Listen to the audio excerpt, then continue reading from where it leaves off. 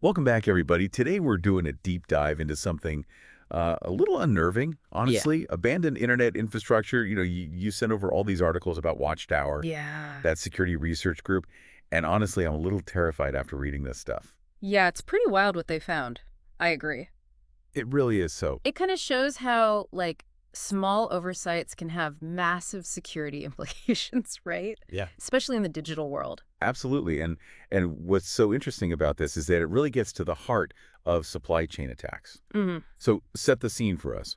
What exactly did Watchtower uncover in this little experiment of theirs? So they did this experiment called Kid with O Fork, which is a pretty apt name when you hear what they found. Okay. And they basically went on a digital scavenger hunt looking for abandoned Amazon S3 buckets. So like digital storage units that somebody just forgot about? Exactly. Yeah. And the thing is, this isn't just an Amazon problem. This is any Yeah. cloud storage, right? Like anybody can forget about these things. Yeah. And they weren't just targeting random people. They specifically looked at buckets owned by like governments, companies, tech firms, cybersecurity companies, even open source Okay, projects. so they're going after the big players, Yeah. the ones that should know better. Exactly. And because if they're dropping the ball, it's kind of like Yeah, it's a systemic issue. yeah. So what did they find? So over a 2-month period, they found about 150 abandoned buckets that were still receiving over 8 million requests. Wait, 8 million requests. 8 million. That is a crazy number. It is. So it's not just like a couple of files Right. that people are accidentally trying to get to. Right. What were people trying to get from these buckets? All sorts of stuff like software updates, precompiled binaries, Whoa. VM images like for virtual machines, Wow. cloud formation templates, SSL VPN server configurations. Hold on, SSL VPN server configurations. Yeah. Those are for like secure remote access to networks, right? So if somebody got a hold of that, they would essentially have the keys to the kingdom. Pretty much, and that's just one example, right? Wow. The potential for damage is massive. Imagine like downloading a software update, but it's actually been tampered with to include malware. Right. Or like running a virtual machine that's been backdoored to give an attacker access to your whole system. Exactly. And that's where the name Kid with R4 gets really scary. Yeah, that's not funny at all. No, not at all. The consequences here are huge. Wow. I mean, Watchtower even said that this could have been worse than the SolarWinds hack. Hold on. Worse than SolarWinds. That was a global cyber espionage campaign. Yeah. How could like a forgotten cloud storage thing be worse than that? Well, think about the reach and the potential impact, right? SolarWinds was targeted at one piece of software. Hmm. But with these abandoned buckets, we're talking about a vast amount of data that could be used to attack countless organizations. Right. And it's not just theoretical. No. They actually found some pretty scary real world examples, right? Yeah. Oh, yeah. Some really bad ones. Okay. Like what? So they found a CISA.gov page, the Cybersecurity and Infrastructure Security Agency, Yeah. linking to an unsigned executable on an abandoned bucket. Wait, the cybersecurity agency is linking to potentially malicious files. Yeah. That's ironic. It's pretty wild. Yeah. And it shows how pervasive this problem is. Right. It's not just like some, small business. Yeah. It's like Even government agencies. the big guys. Yeah, and it gets worse. They found multiple SSL VPN vendors, and I won't name names, who had abandoned buckets containing like deployment templates and base configurations. Oh, so not just access to networks, but like the blueprints to build the same vulnerable systems? Exactly. That's bad. Yeah, that's bad. They also found companies pulling entire VM images from these untrusted buckets to use with tools like Vagrant. Okay, now I'm not a developer, so break that down for me. Sure. Why is that so bad? What could someone do with a VM image downloaded from a random bucket? Okay, so think of a VM image like a blueprint for a virtual computer. Okay. If that blueprint is infected, the attacker has full control over the virtual machine you create from it. They could install backdoors, steal data, even use your computer to attack others. So you would never know. You'd have no idea. Okay, I'm starting to sweat a little bit. Yeah. What else did they find? Oh, there's more. They found that the macOS auto-update tool Sparkle was fetching unsigned files from abandoned buckets. Really? Yeah. So even if the software itself isn't compromised, Yeah. these buckets could be used to trick people into downloading malware. Exactly. Yeah. Like, think of the Handbrake hack a few years back where people were tricked into downloading malware disguised as an update. Oh yeah, same principle. Same thing. That's scary. It is. Okay, anything else? One more thing. They found the defunct House Party app still being downloaded from an abandoned bucket. A defunct app even though it was shut down in 2021. still being downloaded. That Yeah. is... It all comes down to this mentality of easy come, easy go that Watchtower talks about with internet infrastructure. Yeah, cloud storage is so cheap and easy to set up. Hmm. But shouldn't there be more awareness of what could happen if you abandon those things? That's exactly the issue. We've gotten so used to the convenience of the cloud that we've forgotten basic security hygiene. So what's the solution? Do we just tell everyone to clean up their digital closets? It's part of it, but Yeah. it goes deeper than that. We need to change how we think about and approach security. Okay, well, I am all ears. We're going to unpack that in part 2 of this deep dive. It's like you build this house, right? You get the keys moving super quick, but if you don't keep up with it, Yeah. the leaky roof, the termites, eventually the house is more of a liability than an asset. Right. And in the digital world, those neglected houses can be exploited on a massive scale. Exactly. So where do we even begin? How do we get past this easy come, easy go mentality Right. and build a more secure digital world? Well, a couple of key concepts keep topping up in these articles. Secure by design and secure by default. Okay, those aren't new ideas. Not new, but very critical now. Right, because our attack surface is just getting bigger and bigger. Exactly. So break those down for me. What does it actually mean to design something with security in mind?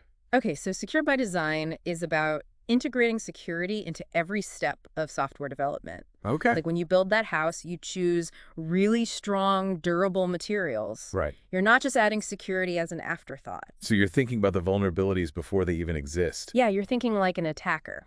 That sounds incredibly complicated. It is a shift in thinking, for sure. Yeah. It means developers need to adopt secure coding practices, Yeah.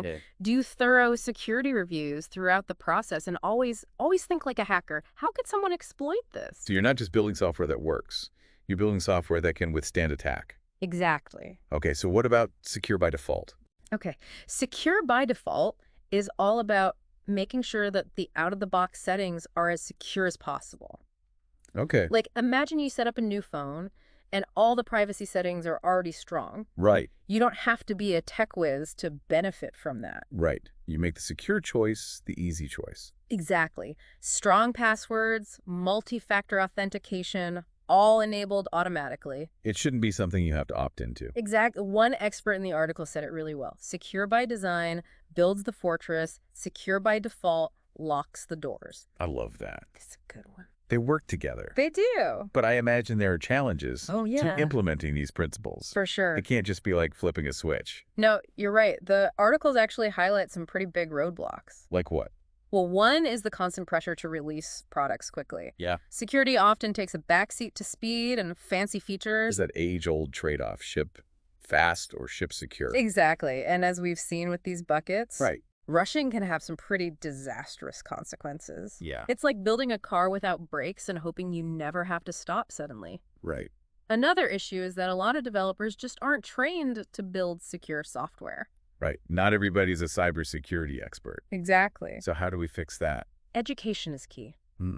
We need to make secure coding practices like a core part of computer science education. Not just an elective. Yeah, exactly. And it's not just the developers. Security teams themselves are often really stretched thin. So they're always reacting to stuff instead of being proactive. Exactly. Always playing patch up. Yeah. And then you have the human element to consider too. Right.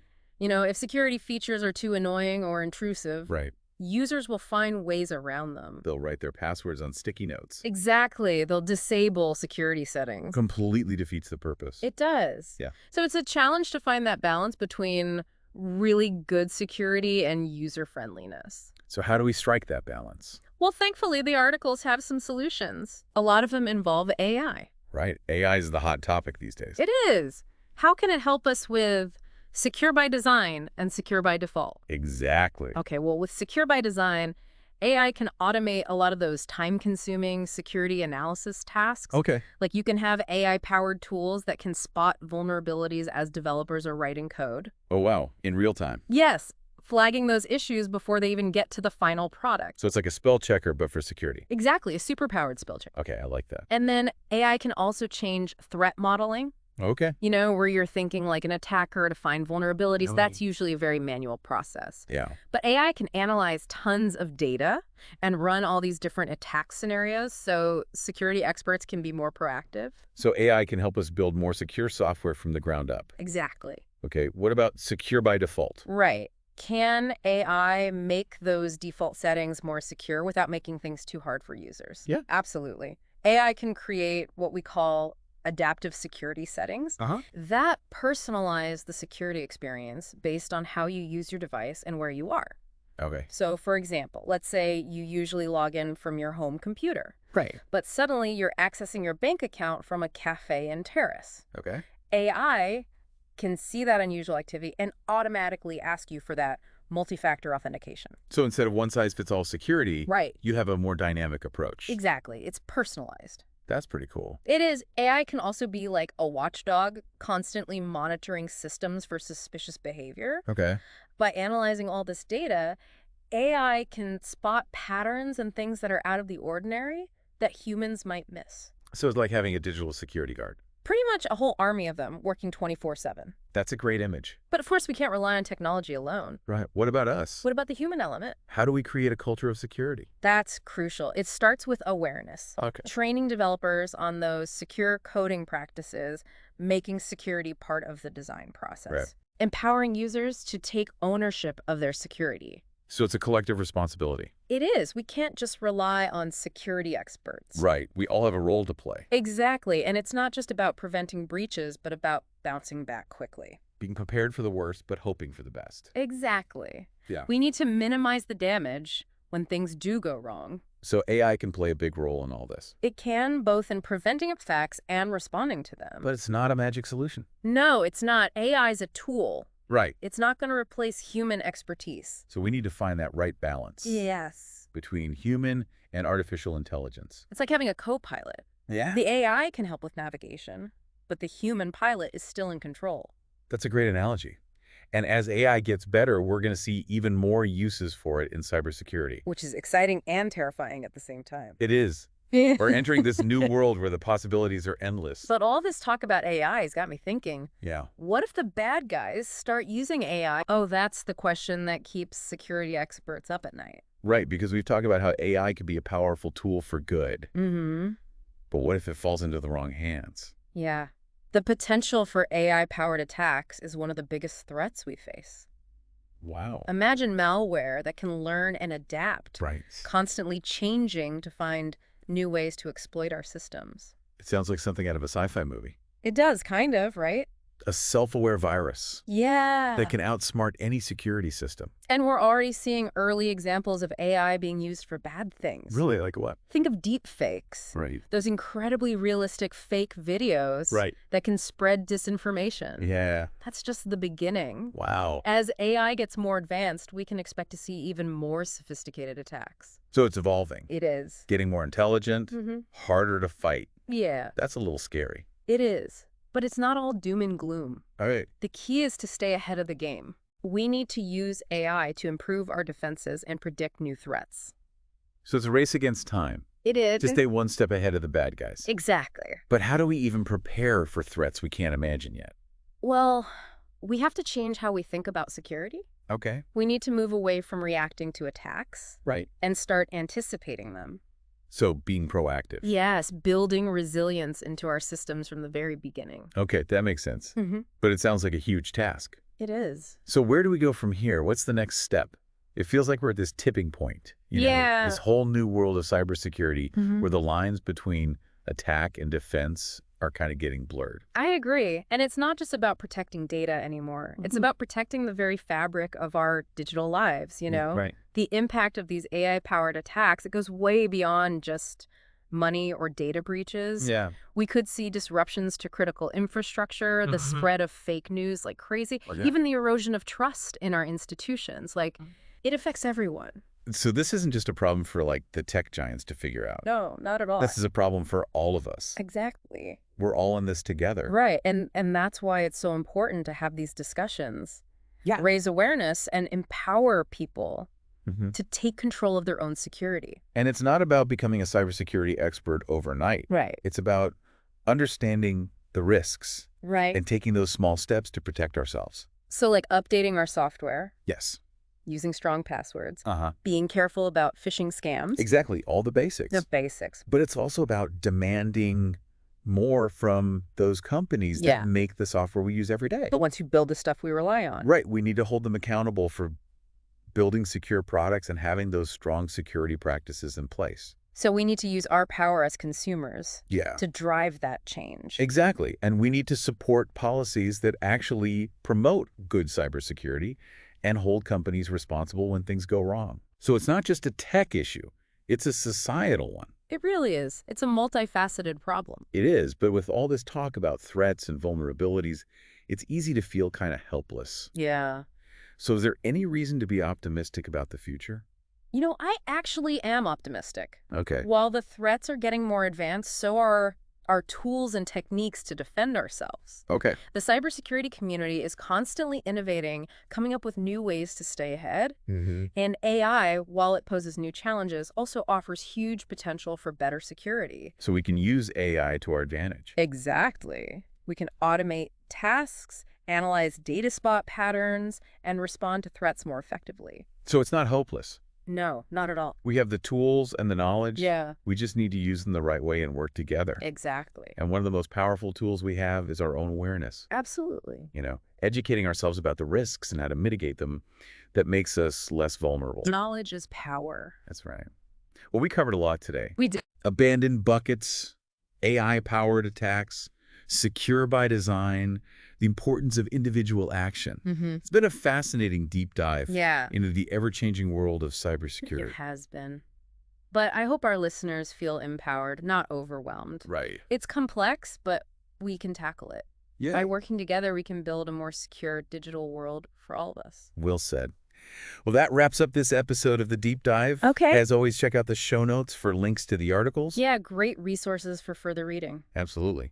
And if you have any questions or comments, reach out to us on social media or through our website. We love hearing from you. We do. Until next time, stay vigilant, stay informed, and stay secure. And keep those digital doors locked. Especially with all those kids with forks out there. See you next time on The Deep Dive.